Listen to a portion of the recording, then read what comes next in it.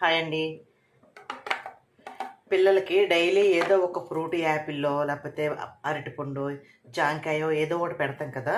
అయితే కొంతమంది పిల్లలు బాగా వీక్‌గా ఉంటారు. అలాగే పెద్ద వయసు వచ్చిన తర్వాత మనకి కూడా పిల్లలది పుట్టిన తర్వాత వీక్‌గా ఉంటారు చాలామంది.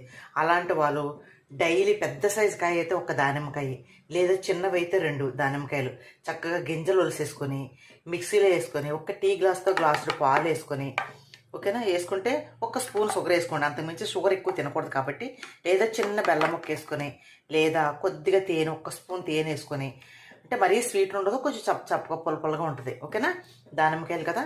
దానిమ్మకాయ జ్యూస్ కనుక ఇలా తాగగలిగితే బ్లడ్ పడుతుంది. తర్వాత వీక్‌నెస్ ఎంత వీక్‌గా ఉంటాం వీక్‌నెస్ అనేది పోతది మనిషికి. పిల్లలు కూడా యాక్టివ్‌గా ఉంటారు. బోల్డని మనం ఏం చేస్తాం బయట మిర్చిళ్ళు, న్యూడిల్స్ బోల్డ్ తింటున్నారు బర్గర్సు. అలా కాకుండా ఇలాగా ఈ ఫ్రూట్ జ్యూస్ తాగితే వల్ల చాలా ఆరోగ్యం అండి. ఓకేనా? దానిమ్మ జ్యూసు నేను వారంలో 3 రోజులు తాగుతాను. ఎక్కువ తాగను, వారంలో 3 రోజులు. పెద్ద సైజు కాయ ఒకటి. ఓకేనా? అలా కనీసం రోజు తాగకపోయినా వారంలో 3 సార్లు తాగండి. పిల్లలకు కూడా ఇవ్వండి. బయట ఫుడ్ కంటే ఇది చాలా మంచిదండి. దానిమ్మకాయ అన్ని పళ్ళు కంటే దానిమ్మకాయ చాలా మంచిది కదా!